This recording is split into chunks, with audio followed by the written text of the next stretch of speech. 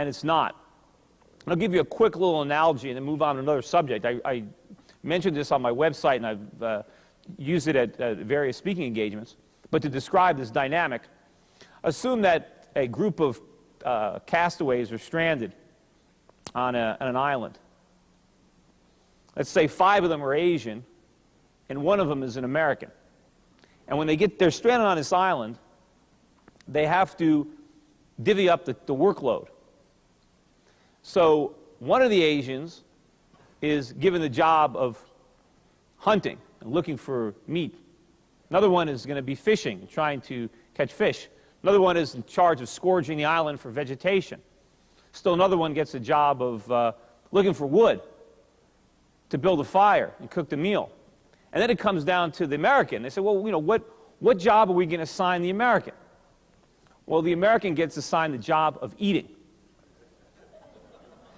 And so at the end of the day, all these Asians gather around this big table after a hard day of foraging and hunting and fishing, and they prepare to feed this American, who did nothing all day but sun himself on the beach. He had a service economy.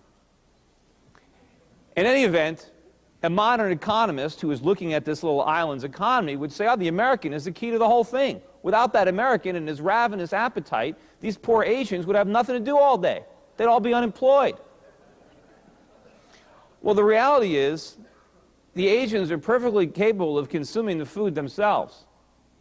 Now, perhaps if they didn't have to spend all day long feeding this fat American, they wouldn't have to work as hard. Maybe they could pursue other interests that they had.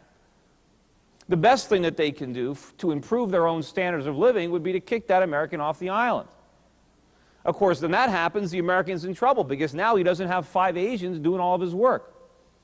You know, it almost reminds me a lot of that book, Tom Sawyer, you know, where Tom is able to convince all of his friends to whitewash his fence for him, and to not only do that, but to pay him for the privilege.